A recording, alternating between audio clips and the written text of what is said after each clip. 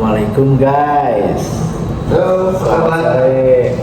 Saya sekarang lagi bersama pasien yang kemarin saya upload ya di YouTube sebelumnya. Ingin ngobrol-ngobrol santai aja. Pak Kamal, ingat gak sekarang itu cuci darah yang keberapa? wah, Kalau di data masih ada gitu. Cuman saya mau nanya langsung sama pasiennya, inget gak? ini kayaknya kalau setahun aja sebulan 8 kali, 200 lebih lah. 200 lebih. Kalau diingat-ingat mungkin percaya nggak percaya bisa cuci darah 200 kali ini. Wah, bukan nggak percaya lagi. Dulu mah pikirannya cuma sekali 2 kali Pasti. beres. Sekali 2 kali sudah beres, ternyata 200 kali pun sekarang belum beres ya. Iya. Berarti kalau pengen beres otomatis harus menunggu keajaiban mujizat. Ya. Nah itu. Jadi katanya 0,sekian% lah. Ah ya, dapat dikatakan sembuh saya. Cuman kebanyakan mah kalau yang udah lama memang jadi lanjut rutin. Iya. Cuman yang harus disyukurinya gini loh. Ketika kita sakit gagal ginjal harus cuci darah, kebayangnya kalau nggak ada mesinnya. Nah itu. Hah? Kebayang ada mesin, kedua biayanya nggak ditanggung BPJS. Nah itu mesin ada, biaya nggak ditanggung BPJS. Nah itu. Janganlah kita bicara masyarakat orang menengah ke bawah, Iya. menengah ke atas pun sama kan habis. Banyak teman-teman yang udah ada Ya. dulu dia tuh kan BPJS kan baru beberapa tahun aja kan dan dia pun baru sekarang aja Ya. dulu kan di Bandung kan. Dia itu punya kios di pasar di salah satu di Bandung sampai habis 6 jual mobil Itu tuh udah ditanggung sama BPJS. sebelum Sebelum punya. sebelum punya akhirnya digaruk bisa pakai BPJS dan ada dia pegang. Iya. Jangankan gini lah, walaupun kita misalkan ditanggung sama BPJS, tapi kan ada biaya hidup, ada BOP, biaya operasional. Kali aja kalau kita berangkat ke sini ngabisin uang 50 kali 200 kali udah berapa? Cuma itu dari segi uang yang memang kita bisa cari lah, gitu. Jadi banyak bersyukurnya itu ketika apa ya? Ketika kita udah didiagnosis cuci darah, terus banyak pasien yang baru, terus kesehatannya jauh di bawah kita hampir bisa jalan, naik motor. Iya. Kalau bekerja pun kalau yang ringan-ringan pasti bisa, gitu. Makanya kemarin ngobrol lah sama pasien baru dari daerah Cikajang. Oh, sebulan dari sana ke sini berapa usianya? 200 kan sekali jalan gitu. Terus seminggu 2 kali. Berarti itu pakai mobil ya? Punya mobil pribadi? Enggak, dia pakai ini. Pakai umum? Ya pakai umum. Maksudnya sewa mobil kota karena kalau pakai umum kan pertama bisa berapa kali naik dari Cikajang ke sini mah? kedua nih lihat kondisi pasiennya Iya. belum stabil kan, pasien baru masih suka kemarin nanya itu sudah mahal juga ya. Pasti ya tuh. Bener lagi katanya demi kesehatannya demi Ya. Kalau diibaratkan mah apa? Artinya seperti HP mah kalau nggak dicas mungkin mati. nah itu Gitu. Nah ini dicuci darah sekitar 4 jam setengah mungkin baterainya itu kita nambah sekian persen. Nanti udah lowet cuci lagi, nambah lagi, gitu. katanya biarin lah katanya uang bisa dicari ibaratkan yang penting pasiennya ibaratkan kalau untuk semester juga kan keluarga mikir pasien juga. Iya. Iya.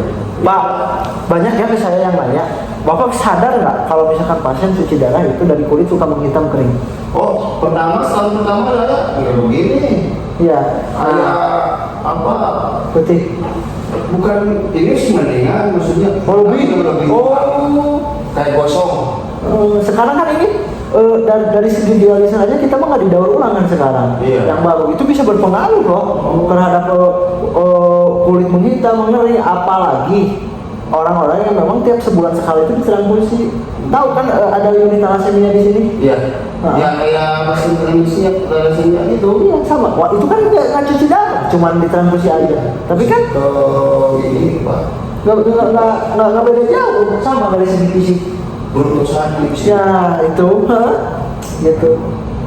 Walaupun misalkan apa ya, si darah itu sama kan dia golongannya. Misalkan bapak A, saya A, ditransfusi, tapi kan tetap kan dari molekul-molekul yang ada di dalamnya itu tidak semuanya sama.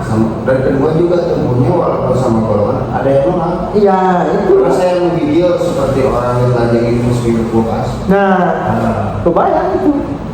Pasti.